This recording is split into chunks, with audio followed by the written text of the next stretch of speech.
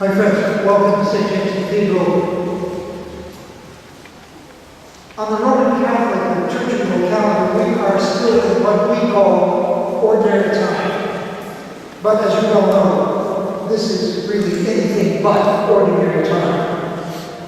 The events in Newtown, Connecticut on December 14th catapulted the whole nation from ordinary time into extraordinary time. From business as usual to building the truly unusual, an ecumenical and interfaith coalition committed to change, to moving from passive acquiescence to active resistance when it comes to gun violence. Tonight's candlelight vigil between the two cathedrals and the march is evidence of the growing public outrage at what happened that day in Newtown, when 26 people, 20 of them defenseless and vulnerable little children, were not just killed, but blown to bits by weapons that should never have been sold in our stores, allowed in our streets, or found in our homes. We have marched tonight, and we are praying tonight because we have had enough. No, we have had too much. Too much violence, too much bloodshed, too much political posturing, too much caving in to powerful lobbies that generate fear and place personal preference and privilege above public safety. All of this must change, and we must use our voices and our resolve to see that it does. President Obama has reminded us that keeping our children safe is our first task as a society, and that this is how we will be judged. And of course, we know that the ultimate judgment will be made by God, the God who spoke long ago to the prophet Isaiah about turning swords into plowshares and spears into pruning hooks. My friends, we are climbing Isaiah's steep mountain. Let us climb that mountain together, as long as it takes to change hearts and minds and consciences. And let us commit ourselves to do all we can to bring about the changes in our laws that will guarantee peace and public safety in ways that weapons never will. Amen.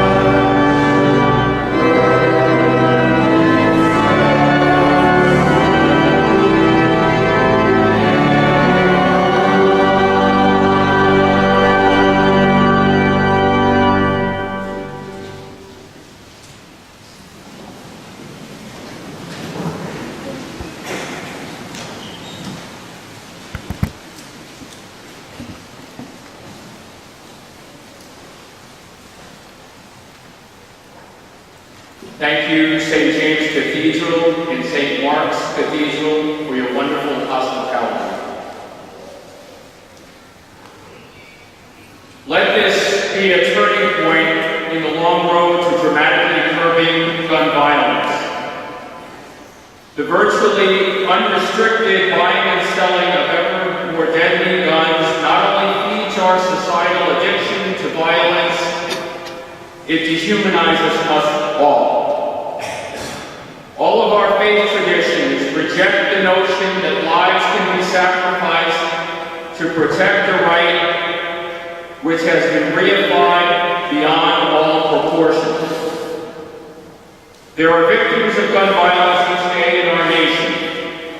As alarming as our passive acceptance of it, our tolerance of such pervasive gun violence into the horrors of the killings at the Sikh temple in Wisconsin and then in Newtown, Connecticut, perpetuates the notion that life itself is a commodity, with some winners and some losers, some honorable and some expendable.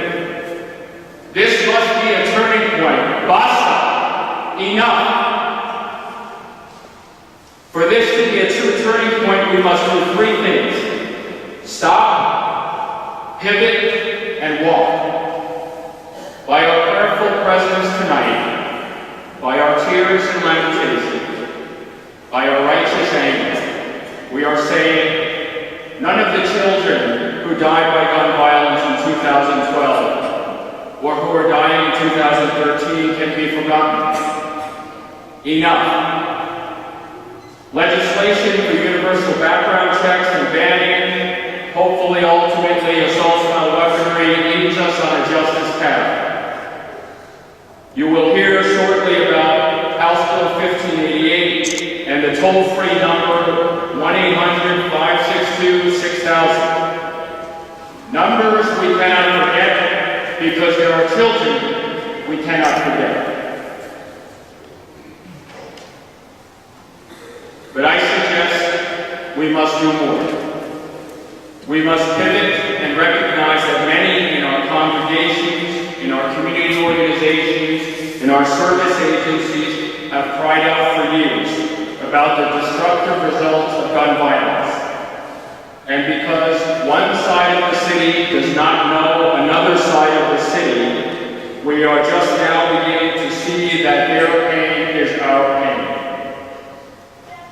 For there to be shalom in the city, we must unite as one, even as this entails stepping out of our comfort zones and crossing boundaries. Each person is precious because he is, because she is.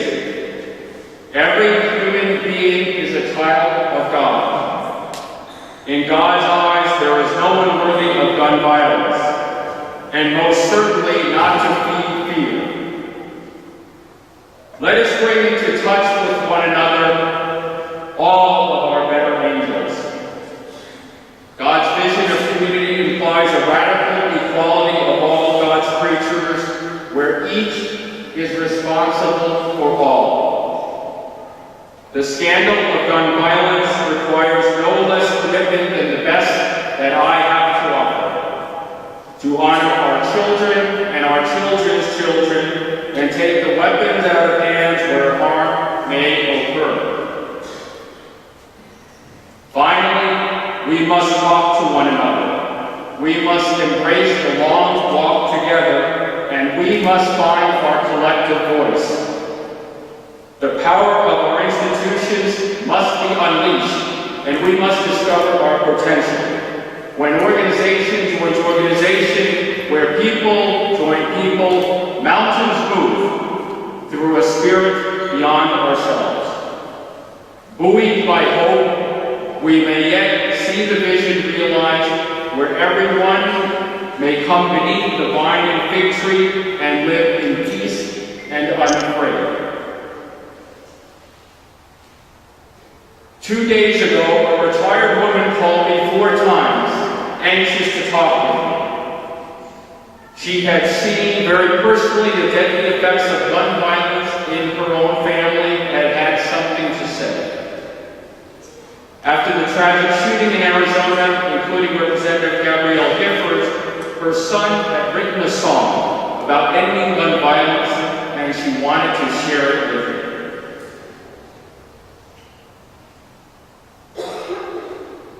What is the song that you wish to sing against gun violence? What is the sound that is being drawn from us to speak a love that overcomes fear? What is the echo that rings from the depths of our being that true freedom comes not from promoting gun proliferation, but from living a nonviolent alternative with straightened up backs and firm resolve? In the crucible of a city that longs for healing, in a nation where there is deep resonance for common sense laws for the common good, let our names be counted as among those who sought the reconciliation of our communities, followed the path of nonviolent resistance to evil, generated the binding of wounds by restricting the chances for more suffering through gun violence, and stopped the madness by courageous risk-taking in the halls of power. If not us, then who? If not here, then where? If not now, then when? Let us stand up and walk the walk together, for the tomorrow of our children is today.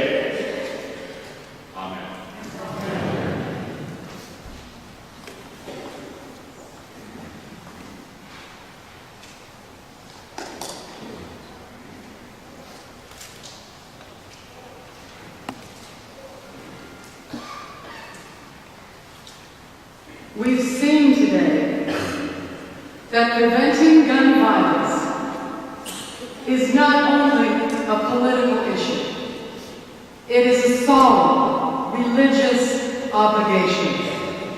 And the only appropriate, faithful response is sustained moral outrage and focused moral action until change occurs.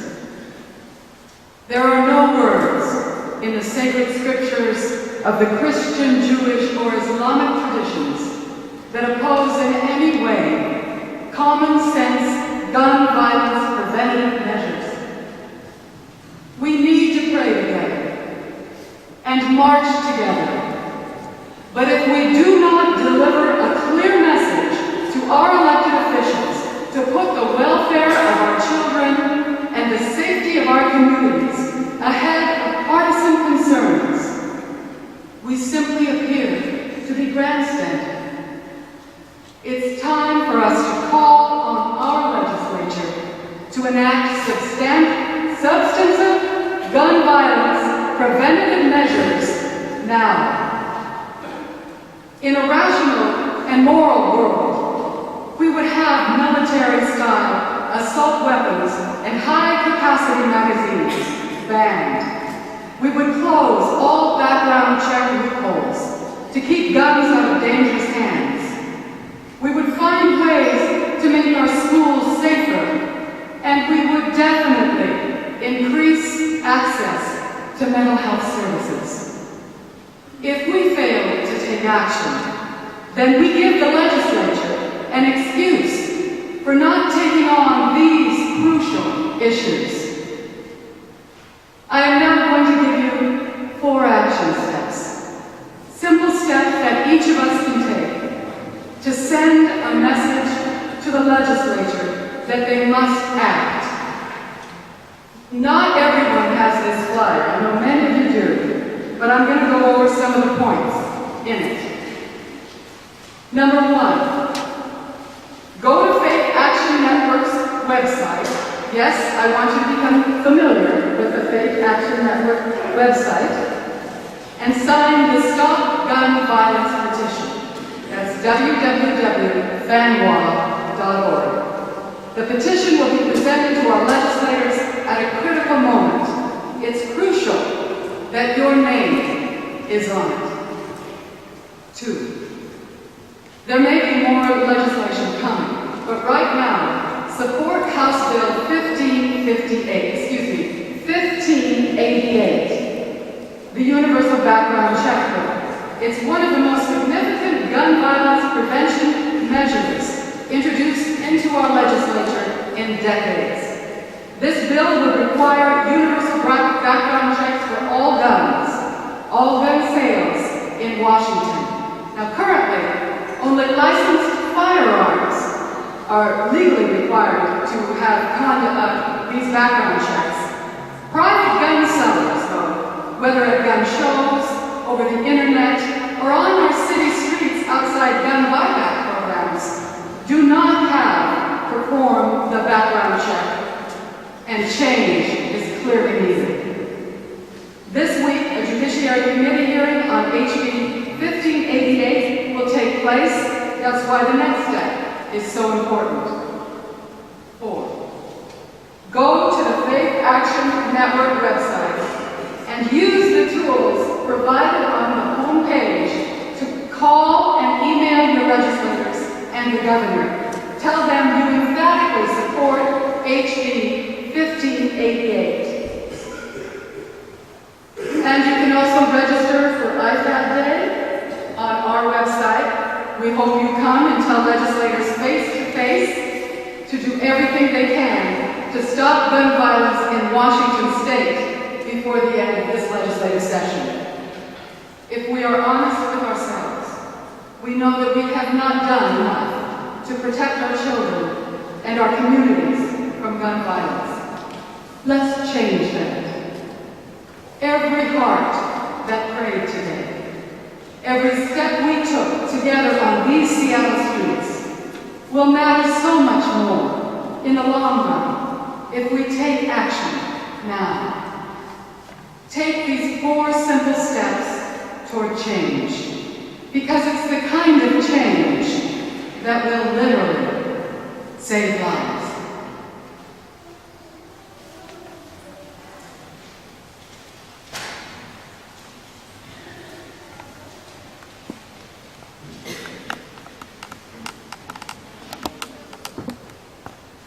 Thank you to you all. Thank you to the interfaith community of Seattle for organizing this event and bringing us all together. On behalf of the Sikh community of Seattle and the Gurdwara Saints of Washington, I offer these words of hope, courage on our path of action that we can take with love. As I remember, as I consciously contemplate my actions, as I meditate on the one which is everywhere, the one within us all, then my company, my friends, myself, we will always have your sweetness with us. Guru mere sang sada hai naale, Guru mere sang sada hai naale, simar simar is sada samale, simar simar is sada samale. Har ka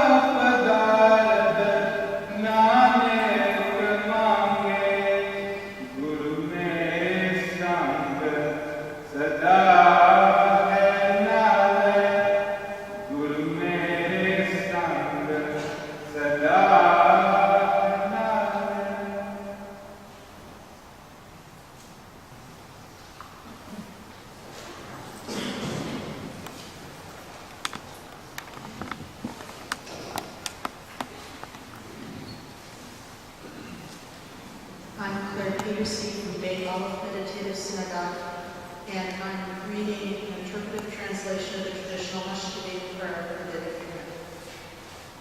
Close your eyes and go to sleep. There's nothing you must fear, my precious ones. You will be so safe and so protected in the shelter of my love. And when you meet the light of day, you'll never have to fear what you will see. You are the hope of all that can be. Feel the peace around you. When you awaken, you will come to know that innocence and wonder are veiled by the guns and bombs and wars. But you must never run away. The changes that will come will only be the fruit of your hands, the breath of your being. And when you are on your way, enveloped by the shelter of my wings, feel your heart dancing, feel your heart sing. And with every breath you take, your faith renewed will ever come to be a shelter of love, a shelter of peace. So close your eyes and go to sleep. Everywhere you turn, you know it's real. Touch a soul, the world changes, and you know that there's nothing more to fear. With every challenge, feel your strength. Let your goodness shine, that it may be a shelter of courage, a shelter of light and dreams, a shelter of love, a shelter of peace. Amen.